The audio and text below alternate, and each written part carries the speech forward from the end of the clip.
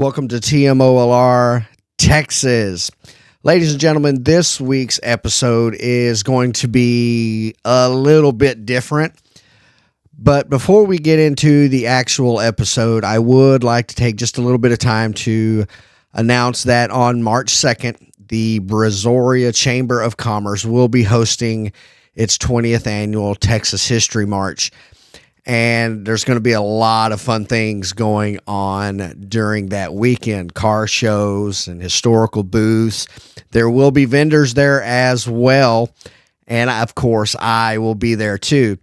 If you are interested in finding out more information about the festivities, or if you'd like to go and be a vendor, you can contact Ashley, and she can be reached at phone number 979-798-6100, or you can email her at the following email, Brazoria Chamber, all one word, at brazoriachamber.net.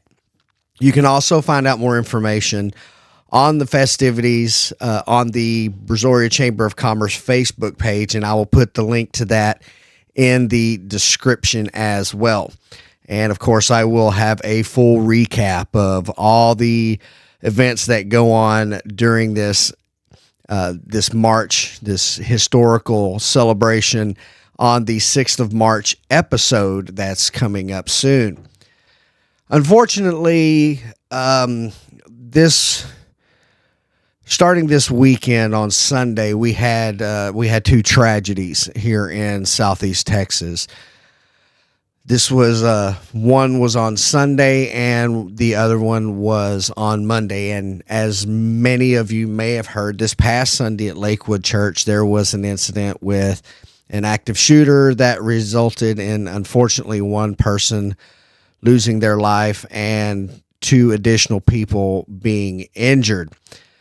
With that, I was actually coming back from my son's apartment. He lives maybe 10 minutes off of 59, and the police presence as we were leaving his place trying to get back onto Interstate 59, there was a massive police presence there, and I thought the worst, and unfortunately I was right on that. But the following day in Angleton, down in Brazoria County, another two individuals lost their lives to this type of violence as well. My thoughts and prayers are with the individuals that were victims of this, and as well as their families. And I will have an episode more or less detailing my thoughts on these type of senseless acts in a future episode of what I will be calling Little Rage After Dark. And that will be a Rumble exclusive channel, and hopefully I'll be able to get that up very soon. Now, considering the recent events occurring on the Texas border, and we're going to get into more of the meat and potatoes of what this particular episode is, but there's been a lot of things, a lot of discussion, a lot of news shared on what is going on at the Texas border. And I feel that maybe it's time that I actually gave my 2 cents when it comes to what's going on here. Now, as many of you know, there has been a deluge of discussion focusing on Texas secession from the United States. Unfortunately, there's been a lot of misguided information that has been disseminated through social media platforms such as YouTube. Unfortunately, too, I see a lot of toxic comments on the Texas-based subreddits as well. Now, I will warn you. Well, before I get to that, let me say this: I do have an account on X, but I very, very rarely pay any attention to X, because even though it's not as toxic as it used to be, it is still quite toxic. And I could say the same thing for a lot of the Texas-based subreddits on Reddit as well.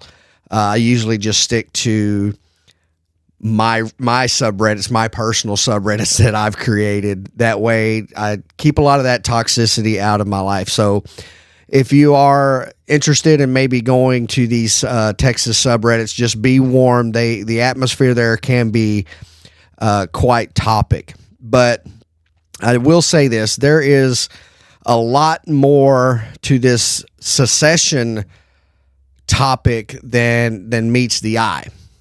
And I want you to understand that the topics discussed, especially in this type of setting on this platform, and especially when it comes to Little Rage After Dark, or I'll probably wind up just calling it LRAD, will hopefully be based in some sort of logic and common sense.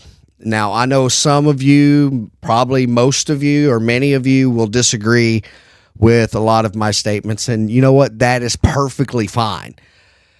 Please also understand that Texas is my home. I would maybe even go so far as to say that Texas is my utopia. Now, it is by no means a perfect place. And I believe that is due to the human condition. We all have different ideas, different goals, different values, and none of us are perfect. And the Lord God Almighty created only one perfect human being, and that was Jesus Christ. And we fall well short of his glory and grace. I tend to use coarse language, especially when it's something that I'm very passionate about, which is Texas. So be prepared for that. And I will do my absolute best to stay as professional as possible, but I will make zero promises with the language that I decide to use. Another warning that I would like to pass along is that I am not here to make you feel better. I am not here to spread sunshine and rainbows, especially on a subject like this. I call things typically as I see them, and on this platform, your feelings really don't matter. On top of that, my feelings really don't matter. They're my feelings. If I decide to share them with you and you disagree with them, okay, that's fine. If you disagree with me and it's based completely on how it makes you feel, you better be able to back it up with some kind of concrete evidence. And I will hold myself to that same type of sentiment. I am one who believes that being offended is a personal choice. And if I say something that maybe offends you, I will say that is your fault. And if you want me to live rent-free in your mind and give you all kinds of anxiety and things like that, I will gladly take up residence in your brain until you realize that being offended is a choice that you yourself made. Okay, so we got all that out of the way. Now, let's get into this week's episode, which hopefully you can tell by now is about Texas seceding from the United States of America. Now, for the better part of 20 years, there's been a lot of talk of Texas seceding from the United States. And most times it came across as a very small minority of individuals that knew how to make a whole lot of noise. Now, the sentiment over the past 2 decades or so has waxed and waned. And over the past couple of years, it seems like the idea of Texas secession has really gained quite the following. It seems like people who were maybe thinking about it as at a bandwagons type of mentality have really jumped into the fray here. And it's all over the place. It's on Facebook, Instagram, TikTok, X. And speaking of Instagram, I watched a somewhat, I'll call it what it is. It's a somewhat misinformed video. Some of the information in the video is it's fairly correct, especially when it comes to the economic aspects of the information provided. Now, there are a couple of facts that I noted that I do kind of find a little bit of an issue with. This is more specifically concerning the military numbers that are presented in this video. And I also believe that there is information that is either purposely omitted or was just not considered. Excuse me. So I'm going to take a small section of that video, and it doesn't take anything else out of context or anything like that, but we're going to take a small section of that video, and I'm going to give you my thoughts, and you are more than welcome to give me your thoughts on this as well. So let's go ahead and take a quick look at that video. Texans would be among the wealthiest people globally. Houston would serve as the capital and largest city of Texas, and the official languages of the new country would be English and Spanish. Furthermore, Texas would possess one of the strongest and most advanced militaries globally, boasting a total of 115,000 active-duty military personnel, ranking its military among the best in the world. To start off, why would the capital necessarily be moved from Austin to Houston? Is it because it's the largest city in Texas and happens to be a port city? Honestly, I think that sentiment is a little asinine. There's no reason to move the capital from Austin to Houston. Austin is centrally located for the most part, and there's really nothing wrong with Austin continuing to be the capital of the new Republic of Texas. Now, I'm not the biggest fan of Austin. As a matter of fact, I try to stay away from Austin as much as possible. But I think that moving the capital from Austin to Houston would be a bit of a miscue.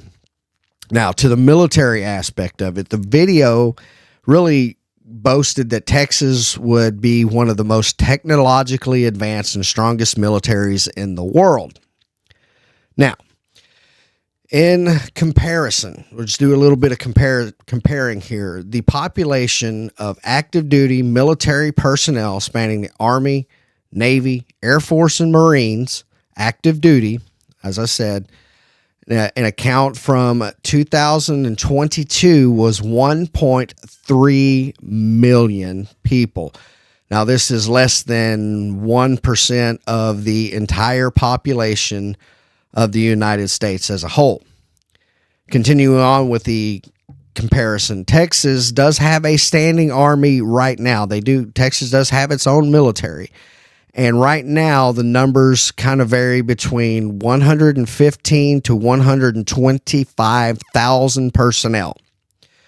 Now, there are countries that have larger militaries, and they're pretty much the usual suspects: the United States, Russia, China, and India.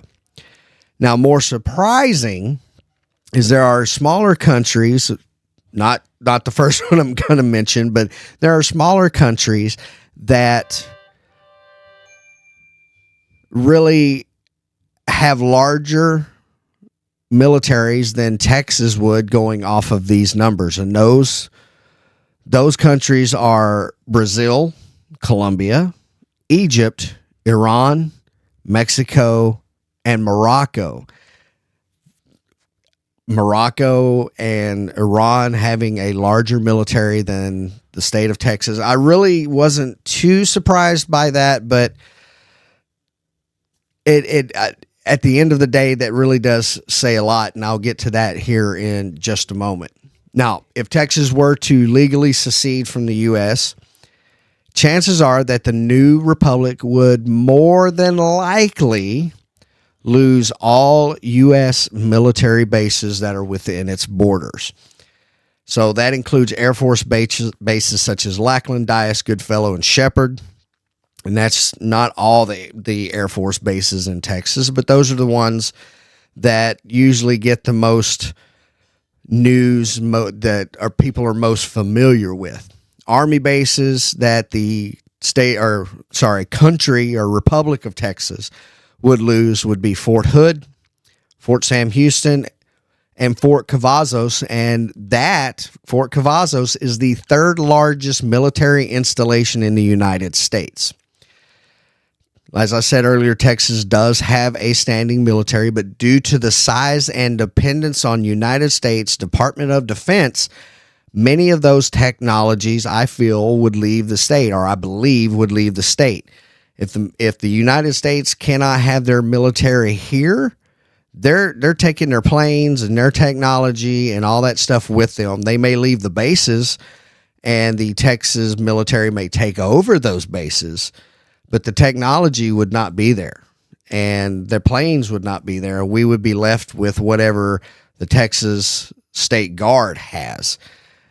With that, Texas would be very vulnerable to attack. And who's to say that our neighbors to the north, with Texas being its own country, would not attack us? That's all depending on what administration is in power at that time. On the sentimental aspect of Texas secession, there are various states that are not fond of Texas. As Texans, we tend to be loud and proud, much like many New York and California residents are. Actually, I think we're a little louder and a little prouder than they are, but we are proud of where we are from, and you should be proud of where you're from. Whether it's California, New York, New Jersey, Montana, even if it's Oklahoma. In all seriousness, I joke about that. I really have nothing but love for Oklahoma. I've been there on several occasions, and it's a beautiful state. There's a lot of Native American history there. It's just a beautiful, beautiful place. Just can't stand them Oklahoma Sooners. They drive me up the wall. But I still do not believe that most Texans fully 100% support secessions. Much of the talk that is occurring is really, I believe, is due to a complete distrust and lack of competence in the federal government's handling of just about anything that they touch. And it seems like the federal government, no matter what it touches, if it's healthcare, if it's the welfare system, if it's our taxation, whatever it may be, it has found a way to make it worse than it actually should have been. And I honestly can't think of anything that the government has done probably over the past maybe 20 plus years that has really benefited everyone. It's been pockets of people. It may be those who make $250,000 a year, things of that nature, but no one has been 100% fully supportive of a lot of the programs and things that the federal government has done, and a lot of the Texas people have just become fed up with it. And I have to agree. I have to say I do agree with a lot of times with that sentiment. Our federal government has failed us, the people, us, in so many ways. And this also includes, it's not just the administration, the presidential administration. It includes many of the senators and people in the halls of Congress that represent Texas. They have they've sold Texas, their allegiance and their duty as representatives of Texas to the highest bidder. And I'm speaking of you, John Cornyn. Yeah, I'm kind of calling you out here. You know, we saw what you did during the Super Bowl with the vote. we've got a border problem here, and you're worried about Ukraine. Don't agree with that. Not an iota. There's something very wrong with that. Texas seceding from the United States. This is another thing that you need to kind of take into account here, and this is part of that information that was either omitted or just, I don't know if it was conveniently omitted or it's just something that maybe is not thought about. But right now, just in Texas alone, there are over 4 million Texans that rely on Social Security. And if Texas were to secede from the United States, those 4.4 million Texans would go or be without the Social Security benefits that they have worked for all of their lives, or if they are receiving Social Security for medical related issues. Texas as a republic would not have the financial infrastructure to support those individuals. And that's an unfortunate truth, I think, that needs to be taken into consideration when we talk about seceding from the United States. The United States also depends heavily on the oil and gas industries in Texas. Now, depending on what site you use, what your source is, some have reported that the exchange of monies and aid and things of that nature between the United States and Texas is that Texas actually gives more to the United States than we get back from the United States. So I've heard it both ways. I'm still researching that, trying to get a concrete answer on that. Have not really been able to do so, but both the United States and Texas kind of needing to depend on each other is not really going to help with the secession issue. Texas would be, without a lot of that help, Texas would be, again, vulnerable to attack or occupation. One other thing that I think is very, very important, and I think most Texans would agree with me when I say this, is that yes, we have our own, Texas has its own electrical grid. However, there are large portions of the state that are not on the Texas electrical grid. I'm not sure if all of you know that or not, but there's a large swath of part of Southeast Texas and maybe 100 miles from the Louisiana border going to the west that are not on the Texas electrical grid. They actually fall on the eastern grid of the United States. There's a big portion also of the Panhandle that does not fall on the Texas grid, and again is on the eastern portion of the United States grid. El Paso, on the other hand, there's a pretty good area along far west Texas in the El Paso area that is not on the Texas grid. That one actually falls on the western U.S. power grid. Now, here's where I think I'm going to get a lot of agreement with this, is that the agency in charge of running the Texas grid is ERCOT. Now, ERCOT has had a hard time, and I'm trying to be nice about this, but ERCOT has had a hard time maintaining the electrical grid and keeping the lights on, keeping the heat on during winter weather events. This is Texas. This is not Montana, where we have negative 40 temperatures. We have blizzards. Yes, we've had pretty nasty ice storms over the past probably 5 to 7 years. We've had a couple of those. Luckily, I was living in Houston. I was on the hospital grid, so I maybe lost power for about 30 seconds, but a lot of my coworkers were without power for 2 to 3 days. And in those type of temperatures, that's life-threatening. And I believe that ERCOT has not done a very good job of keeping the electricity on.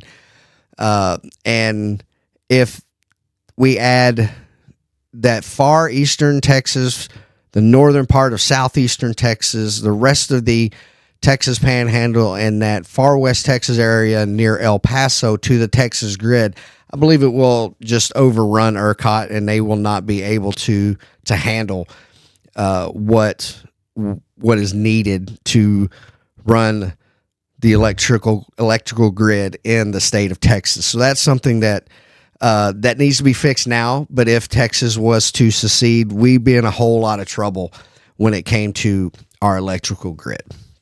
So what's the bottom line on this? Well, bottom line is this: Texas cannot legally secede from the United States. There would have to be a change in the law. Unfortunately, or fortunately, depending on what side of the street you're on, I just don't see that happening. I don't see the United States willfully letting Texas secede from the Union. It's become over the past, especially probably over the last 100 plus years, the United States and Texas have become more or less dependent on each other. So Texas can't secede without a law change, but Texas can be divided up into 5 separate states. Now that's something that I will never, ever support. That would mean that Texas would cease to exist. And as I've said previously, this is my home. I do not want it split up. Texas is part of who I am. Now, please let me know what your thoughts are on this subject. If Texas could legally secede, if the law was changed, should it happen? Not can we make it happen? Should it happen? And what other issues do you see coming from Texas leaving the United States, either good or bad? I want to thank everyone for taking time to view this episode. Like I said, it was completely different than anything that I've put up in the past. And hopefully this won't be a recurring type of thing. This will definitely be going to the Rumble exclusive LRAD channel, which will be kicking off here very soon. So thank you for watching. If you are watching on Rumble, please think about becoming a follower. If you're watching on YouTube, please hit that subscribe button. We are slowly growing, and I appreciate everyone who has taken the time to hit that subscribe button or that follow button on whichever, either whether it be YouTube or Rumble, respectively. So, and if you like this and you would like your friends to see it, make sure you share it with everybody that you can. So, thank you again, and until next week, this is Little Rage out.